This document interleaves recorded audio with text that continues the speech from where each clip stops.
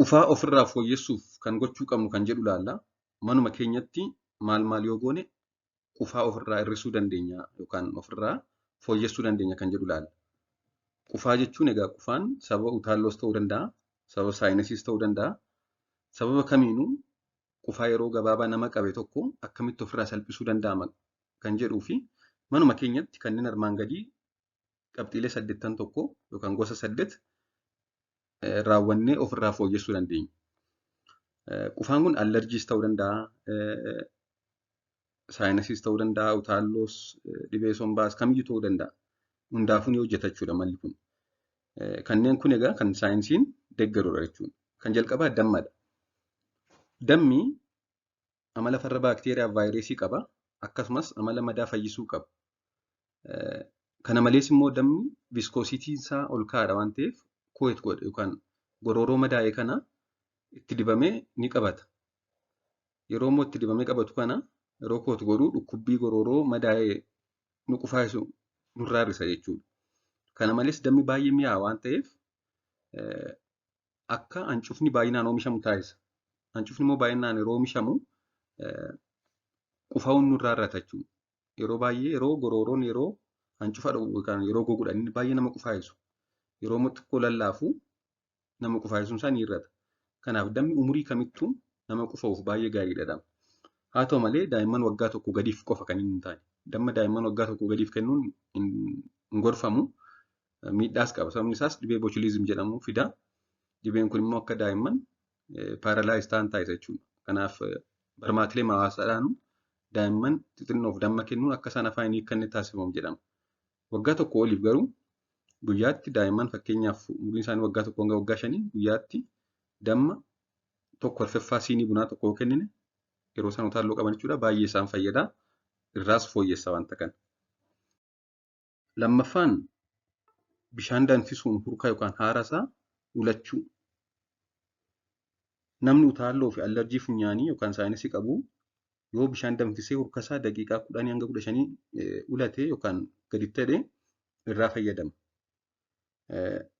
Maaliif sababni isaas akka furriin funyaan jiruu fi akkiitaan laga keessa jiru hir'atu waan taasisuuf qilleensi salphaatti fudhannee akka baasnu gargaara. Ni bana jechuudha. Funyaan dhangalaa'aadhaan cufate yookaan furriidhaan cufate banuuf hedduu gargaara. Akkasumas dhukkubbii lagaa keenyatti nutti dhaga'amu akkasumas qaama naannoo kanaa madaa'e kan dhiita'e hir'isuudhaan akka nuti dafnee fayyinuu fi qufaan nurraa hir'atu ni gargaara. Akkasumas egaa yeroo aara kana ulannu vaayirasii fi baakteeriyaan naannoo kana jiran aara kanaan ni dhabamsiifamu. Kanaaf dhibeen kun dafee akka nu dhiisu ta'a. Haa ta'u malee yeroo kana goonu kan beekuu qabnu ija keenya dunuunfachuu qabna. Yeroo urki kun gara afaan keenyaa fi funyaan keenya akka seenu eeyyama. Akka inni ija keenya hin miine. Dabalataanis daa'immaniif yeroo goonu akka bulluqa yookaan danfa kan isaan ittiin jiskine of eeggannoo gochuun barbaachisaadha. Sadaffaan zinjibila. Zinjibilli keemikaala jinjerool jedhamu qaba. Keemikaalli kun immoo amala madaa fayyisuu fi akkasumas amala farra jarmilee yookaan farra baakteeriyaa fi vaayirasii ta'e waan qabuuf zinjibila karaa adda addaa fakkeenyaaf shayiitti daballee dhuguu, nyaata nyaannutti daballee nyaachuu ni gargaara. So akkaataa itti manuma keenyatti qufaa ofirraa hir'isnu keessaa tokko zinjibilaadha. Yeroo hedduu namoonnis ni fayyadamu shayiitti danfisanii yeroo dhugan. Inni arfaffaan immoo bishaanitti ashaboo daballee erga waliin ho'isnee booda afaanii fi lagaa keenyatti lulluuqqannee tufuu. Bishaan burcuqqoo tokkotti ashaboo maankaa yookaan fallaana shaayii ishee xiqqoo isheetti daballee erga xinnoo waliin ho'isnee bulbullee booda afaan keenya sirriitti ittiin lulluuqqannee tufuu. Wanti kun egaa tokko wantoota kana fidan vaayirasota adda addaa dhabamsiisuuf ni gargaara. Dabalataanis immoo dhukkubbii qoonqoo yeroo kana nutti dhaga'amee nu qufaasisu nurraa hir'isuuf ni gargaara. Inni shanaffaan yeroo rafnu boraatii yookaan tiraasii dabalataa mataa keenya dura keenyee rafuu. Daa'immanis yoo ta'e daa'imman waggaa tokko olii tiraasii yookaan boraatii dabalataa mataa dura keenyee rafuu. Daa'imman waggaa tokko olii waggaa tokko gadi hin eeyyamamu.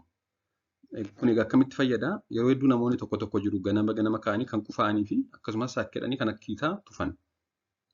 Kun postinaazal diriip jedhama.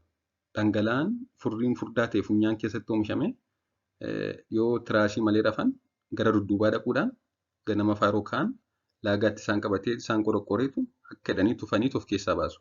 Kun akka hin taaneef immoo oomishamuusaa dhorkuu hin danda'amu erga ta'e mataa keenya tiraashiidhaan ol qabnee yeroo rafnu akka inni gara boodaa dhannee dudduuba laagaatti rakkatee nu qufaa'isne ittisuuf ni gargaara.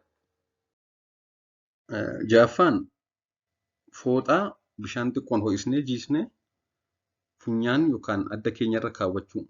Fooxaa yookaan uffata xiqqoo ishee erga bishaan ho'een jiifne booda fooxaa bishaan ho'aan jiidhe kana adda keenyarra yookaan funyaan keenyarra keewwachuu. Yeroo akkas goonu kana fooxaan bishaaniin ho'e kun tokko ho'aadha waan ta'eef dhangala'aa funyaan keessa jiru yookaan furrii funyaan keessa jiru ni qallisa. Akkasumas immoo dhiita yeroo taalloo namni taalloo qabu yookaan saayinsii qabu funyaan keessa ni madaa'a. Dhiita funyaan keessa jiru kana ni hir'isa. Akkasumas immoo dhukkubbii hir'isuudhaan qufaa nurraa salphisa jechuudha. Qufaa qofa osoo hin ta'in dhukkubbii isaallee ni hir'isa. Kanaaf fooxaa bishaan xiqqoo ho'etti jiisnee adda keenyarra keewwachuu akkuma suuraa irratti argaa jirtan kana. Inni gara biroon dhangala'aa gahaa ta'e fudhachuudha. Dhangala'aa sirriitti dhuguu. Dhangala'aa gahaa fudhachuun gorooroo laaffisa. Dry throat can make you a cough. Gorooroon yookaan laagaan yoo nama gogee nama qufaa'isa. Keeping the throat moist or laagaa kana lallaaffisuun akka inni qufaa namarraa hir'isu taasisa. Kanaaf dhangala'aan gaariin qaama keenya keessa jiraanna laagaan keenya hin gogu, gorooroon hin gogu kun immoo qufaan irraa hir'isa jechuudha. Dabalataanis dhangala'aan gahaan yeroo qaama keessa jiru furriin yookaan akkiitaan baay'ee hin furdatu ni qallata jechuudha.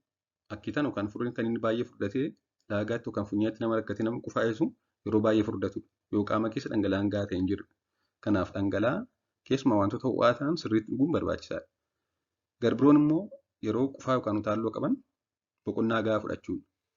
Yeroo hedduu qufaan yeroo nu qabatu yeroo sana asiif achi deemnu yookaan inni sosochoon hojii hojjenna taanaan qufaan sun nutti cima. Kanaaf boqonnaa gahaa ta'e fudhachuun akkaataa itti qufaa ofirraa salphisnu keessaa isa tokkodha.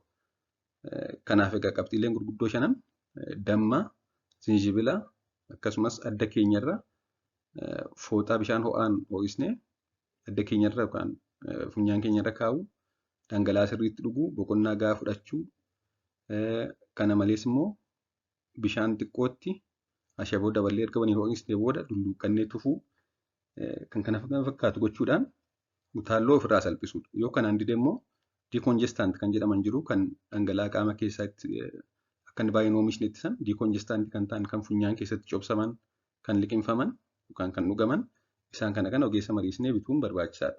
Waan dhaggeeffataniif galatoomaa turtii gaarii.